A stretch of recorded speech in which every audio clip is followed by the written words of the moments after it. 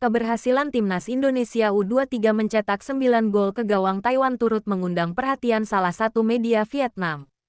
Sebagaimana diketahui, pesta gol skuad asuhan Shin Tae-yong terjadi pada Sabtu tanggal 9 September tahun 2023 di Stadion Manahan Solo. Adapun penggawa timnas Indonesia U23 yang berkontribusi mencetak gol adalah Marcelino Ferdinand, 2 gol, Ramadan Sananta, Rafael Struijk, Witan Sulaiman, Rio Fahmi, Elkan Bagot, Hoki Caraka, dan Pratama Arhan. Hasil tersebut membuat timnas Indonesia U23 melangkahkan satu kakinya di putaran final Piala Asia U23 2024. Sejatinya kemenangan atas Taiwan U23 sudah terprediksi. Namun skor akhir yang dibukukan Rizky Ridho dan kawan-kawan sungguh mencengangkan. Hal itulah yang menjadi sorotan utama media Vietnam Soha.vn.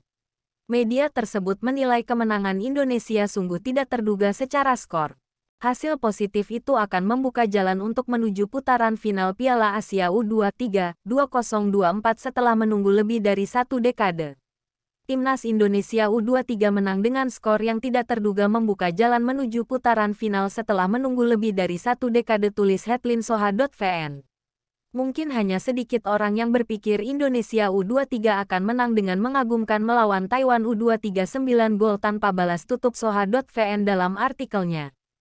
Sebelumnya media tersebut juga turut menyoroti kualitas timnas Indonesia U23 yang jauh berbeda kala di Piala AFF beberapa waktu lalu. Kini menarik untuk menanti kejutan Shin Tae-yong bersama Garuda Muda di laga penentuan kontra Turkmenistan.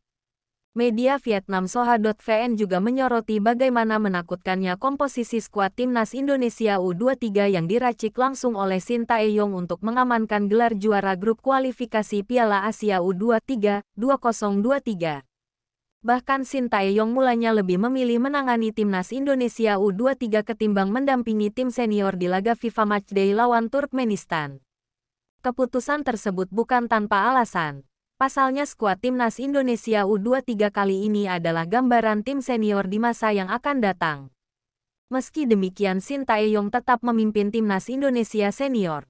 Perjuangan STY bolak-balik Surabaya Solo ternyata tak sia-sia. Kedua skuadnya menang telak dengan skor meyakinkan. Skuad Garuda Muda berpotensi besar lolos ke putaran final Piala Asia U23 2024 di Qatar. Apabila menang di sana, mereka akan berlanjut ke Olimpiade di Paris.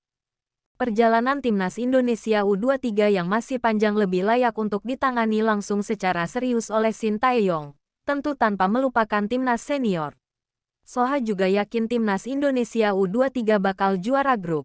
U23 Indonesia punya keuntungan besar ketika Chinese Taipei menggunakan skuad yang diisi mahasiswa, tulis Soha.vn dalam salah satu judul artikel mereka.